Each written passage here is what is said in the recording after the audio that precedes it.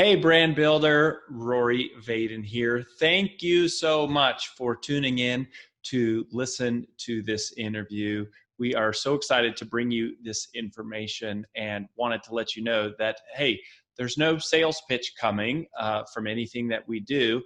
This is all our value add to you and the community. However, if you are somebody who is looking for specific strategies on how to build and monetize your personal brand, we would love to talk to you. And we offer a free call to everyone that's interested in getting to know us and is willing to give us a chance to get to know them and share a little bit about what we do. So if you're interested in taking us up on a free strategy call, you can do that at brandbuildersgroup.com/summit call. brandbuildersgroup.com/summit call. Hope to talk to you soon. On with the show.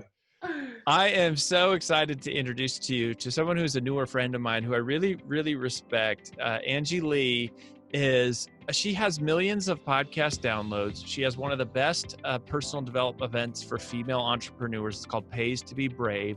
She's releasing a book called Ready as a Lie. She's built hundreds of thousands of followers on social media. And she is someone that was just told, hey, you couldn't do this. You shouldn't do this. It's not going to work. It's a waste of time. You're crazy.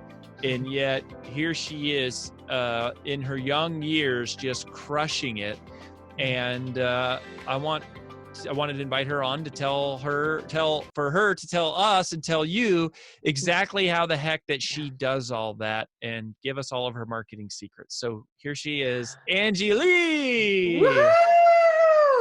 I'm so excited to be here. Let's do it. I love geeking out on all things branding and marketing. So I'm here for this. Well, and I feel like you're like one of the case studies of like, hey, like you're someone who's just done it through. So tell us, first of all, like, how did you kind of get into building a personal brand and like, how did all that, how did you even start? And then we'll talk about why you think it's gone well and how to do it. Yeah.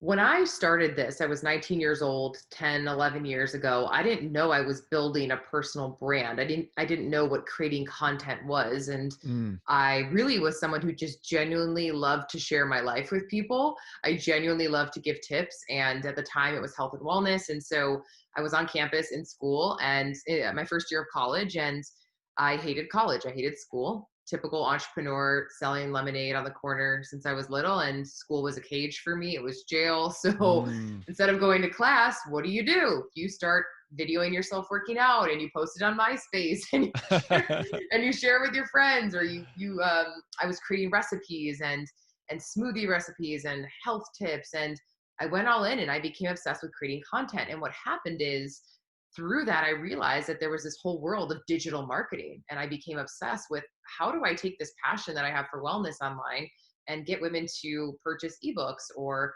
have ad space or do coaching programs. And so it kind of all evolved from me starting this blog, and then what started with 3 to 4 readers, one of them being my mom, then eventually became women telling their friends and their friends' friends. And I just stayed really consistent. And this is crazy to say, but I think in 10 years of creating content, I've maybe taken 10 to 20 days off, in a sense, of creating some sort of piece of content, whether that's written, visual, auditory. I've just been obsessed with connecting with people every day and sharing with them. And then when I realized I could turn this into a business instead of becoming a dietitian and making $20,000 a year, working 80 hours a week in Bufu, Idaho, which is what I was going to school to do, I realized that there was something here. And I can still remember the day that a woman paid me $60 for a wellness ebook. And I remember thinking I was loaded. I was like, I'm rich. I have $60. I've made it. Mom, don't worry about me. I've got it. Right? Like I'm good. A woman paid me $60 from across the country for an ebook. And then a day later, this company paid me $40 for ad space on the blog. And again, I was 19, you're broke in college. $100 is like, you are money. Set for life. And so I remember being like, this is it, I'm going to make it. But I do remember that moment. And I think every entrepreneur remembers their first digital sale, because it's such a beautiful moment of, if I can get one stranger on the internet to find value in what I do, who lives all the way across the world or country, I can get thousands of people to do this. And once I realized that, it's been game over. And that's when I've been committed to showing up, creating content, and finding all of these different ways to be paid to be a coach, a teacher, an educator, an influencer.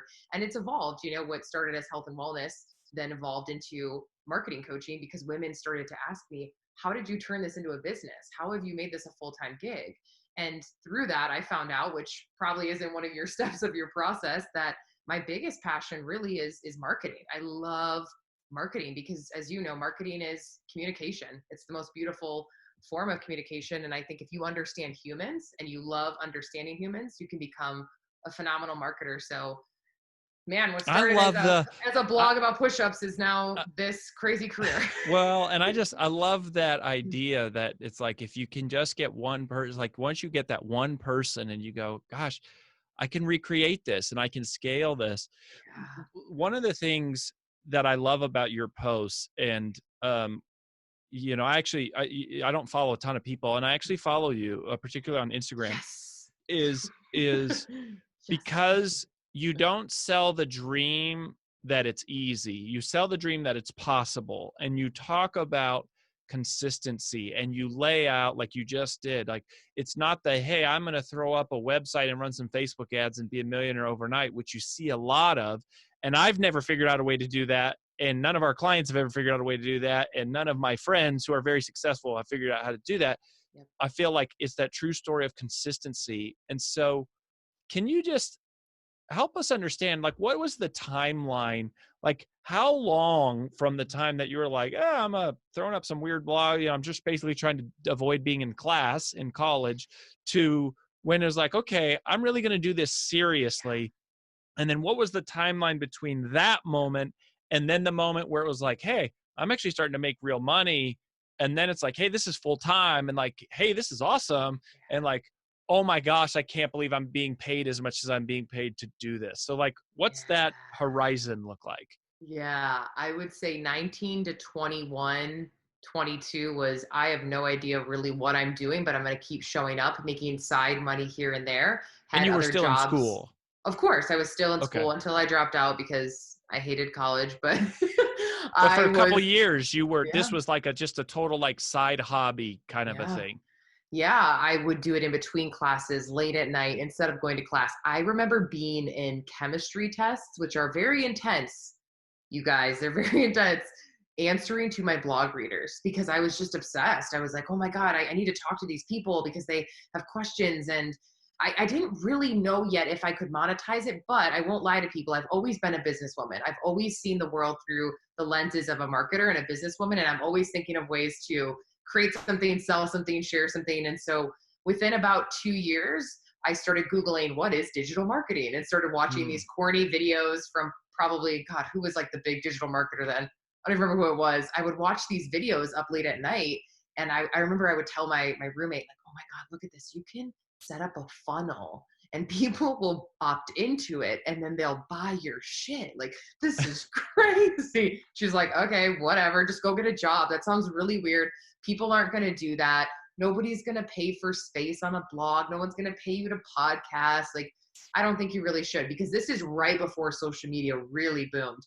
And it was almost as if I anticipated what was going to happen in this huge economic shift of the technological revolution, as you call it. And so I started to get these ideas of like, no, this is how people are going to learn fitness and business, and this is how people are going to buy stuff. So maybe I can position myself as someone who can teach fitness, but do it online so that I don't have to work at a gym or go to a dietetics office, right? And or a hospital. And so it really became this obsession with digital marketing. But it did take probably 2.5 to 3 years until I was making a part-time income, enough where I could Okay. actually see that this could be a real thing. Like, wow, I have real steady clients, whether it was group coaching, one-on-one coaching, ad space, ebooks, downloads. But you were That's also when I doing it started to you were realize, also right? doing it part-time then as Oh well. shoot. Like, it took you 2.5 to 3 years to get there to Mhm. a part-time income, but you were also doing it part-time as Yeah. well. It wasn't like you were doing it 80 hours a week and then it Yep. took 3 years. It was Yeah. like you were kind of dabbling and doing different stuff.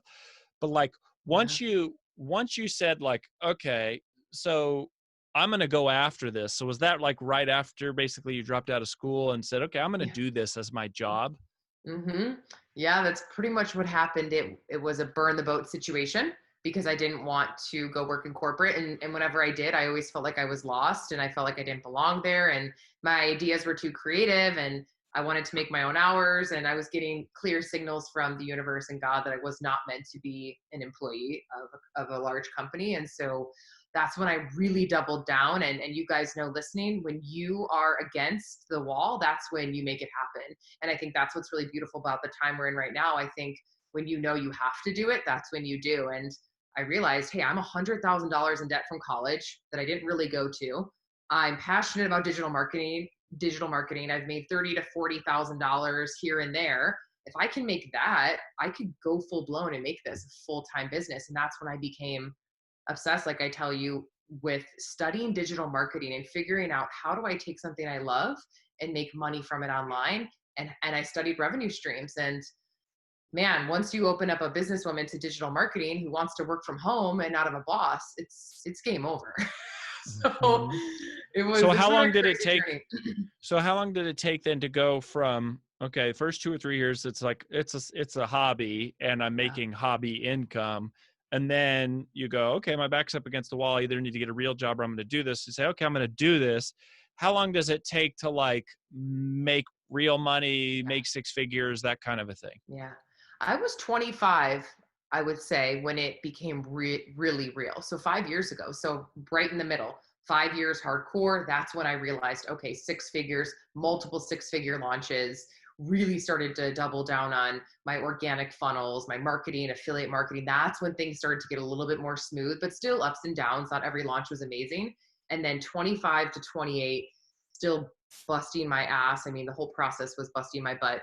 And it wasn't actually until, to answer your other question, it wasn't until about a year and a half ago that I've had one of those moments of, oh my gosh, I cannot believe that this is my job. I'm paid to speak on stages. I'm paid to host a party, as you like to call it. I'm host Hmm. to share about other people's cool products and make multiple six figures from these launches. I mean, last year was insane to know that I was paid to be an affiliate marketer. Like, it's all still really surreal to me, but it all comes back down to brand. It comes back down to that very first post I made when I was 19 years old, and it was about burpees and push-ups and green juice. Like, that's where it started, if you think about it. But now, 8, 9 years later, I really feel like, oh my gosh, I feel safe in this. I feel like I, for the rest of my life, will have a personal brand and will be able to play in a few different spaces. But that was not a fun 8, 9 years, a lot of it, ups, downs. I had debt in the beginning. I was confused. I didn't have a lot of coaches. I should have hired more coaches. I kind of just Googled a lot.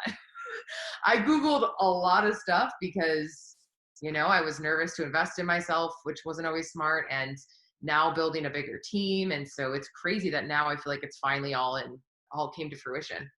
Uh-huh.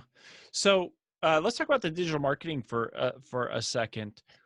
What are some of the things that you know now that are very clear that like you didn't know then? So you're coming out Mhm. of college and you're kind of like, okay, I'm going to do this, and then you start googling stuff and you go, damn it, like if this took me, like I can think of in my life, I can think of there's like 2 or 3 lessons that were they took me a few years to learn, and it's like I can teach them in 5 minutes, but it took me a few years.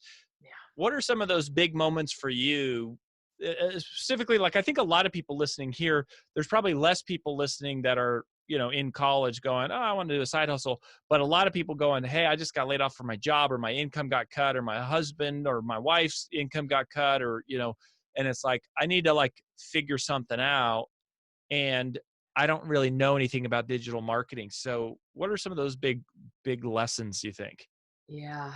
Oh, you guys are going to love me and hate me for saying this, but there are rules, but there are no rules. And what I mean by that is beating to my own drum. Is that the saying? Beating to my own drum and Okay. doing things a little bit different than most marketers do has actually been a benefit. And so in the beginning, I tried to follow all the scripts, all the funnel scripts, all the downloads, all the sales call scripts. And I think I was obsessed with following someone else's blueprint. And that actually hindered my authenticity. And as corny as it sounds, it's the truth when it comes to building a personal brand. The more you are you, and maybe sometimes that's weird, maybe that is your emails have some spelling errors, maybe it's you want to craft your email the way you want to craft it, you don't want to follow the rules you learned in one specific webinar, I believe that that is going to shine and stand out more than anything. I think that the world right now is craving real and authentic. And I wish I would have started being that way sooner, because the moment I was authentic was the moment this brand built, this brand grew, and I built super fans. Like, I have fans that are not just, oh, I'll buy from you. I'll buy from you for life and whatever it is. And the reason I was able to do that is because I woke up one day and realized I have to fully be me, and sometimes that's imperfect and it's weird, and they're noticing that when they read my emails or they consume my content, it's a little bit different than what most girls in the space are doing. And it's, one, because I have blinders on, and two, it's because I finally stopped doing what I did in the past, which was I don't follow specific scripts. Even as an affiliate marketer, I don't follow the copy swipes. And you can. I'm not to say these things don't work for some people, but I excelled as an affiliate marketer last year with a few different people in their launches, and they all wanted to know, what was the system? What was the strategy? What was the thing? I'm like, guys, there wasn't a thing. The thing was, I show up on video. I talk to my people like they're my best friend. I give them value, and they feel like they know me and they trust me. And it wasn't a specific email sequence. There wasn't one swipe copy I sent and, ooh, it got them in. It's just, at the end of the day, that stuff can work, but nothing can replace being a human and speaking to another human and just being real with them. And as all of this is growing, consumers are becoming smarter. So they know when they see an ad, they know when they hear an ad, they know what you're doing. So the more that you can be genuine and the more that you can integrate in your ads or your sale into what you're doing, the better. That's been my saving grace. I tell women that all the time. I'm like, I haven't been as scripted as most people. And I think that's actually been a benefit. So for you guys listening, follow your own damn rules if it feels like the right thing to send or right thing to say. Well, so that is awesome. I love that.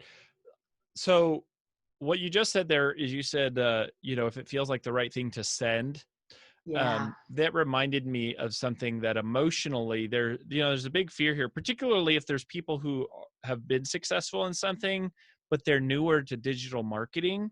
And it's like, oh man, or just marketing in general. And this is another thing that I really love, because you talk about it so much, is I think some people have that psychological barrier to, I don't want to be seen as a marketer. I don't want to be seen as a spammer.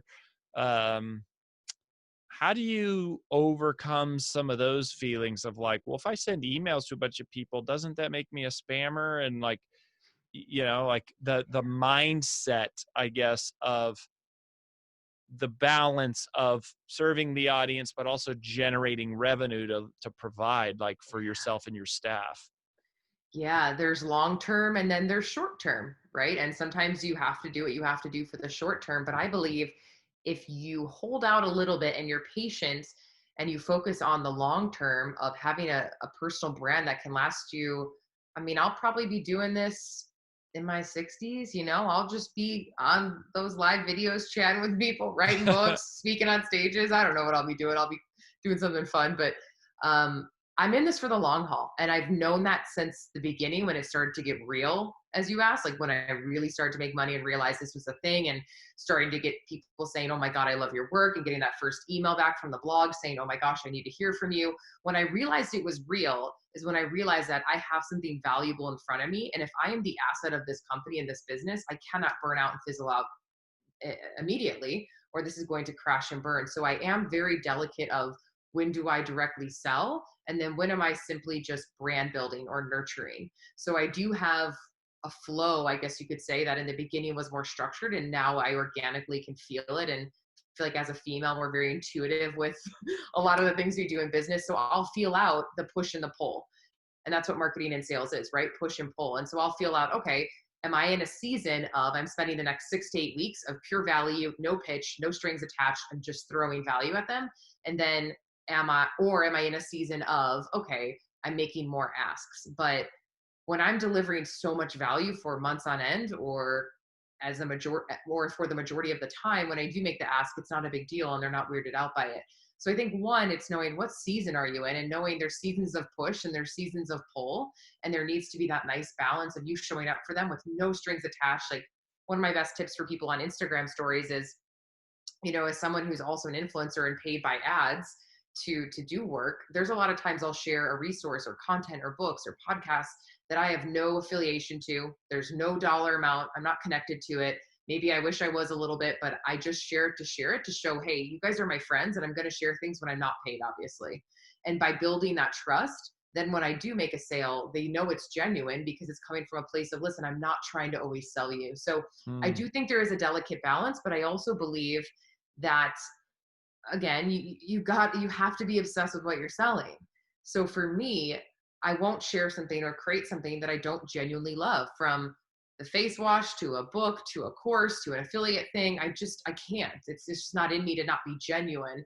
And I believe that that genuineness is what leads to sales, and that genuine passion for something is what leads to sales. So I would really encourage you guys listening, you got to love what you do. You've got to be obsessed with it. Because listen, if you're not obsessed with the pencil, you can't sell it to someone else. I see women being like, buy this, it's great. I'm like, you're not excited, I'm not excited. So I think enthusiasm can go a long way, but it has to be genuine. Yeah, I think Sales. that's awesome. And I think that's a really cool illustration you're using there of like, make sure it's not the only things you're promoting or the things you're getting paid to do. Like, make sure you're promoting things that it's like, hey,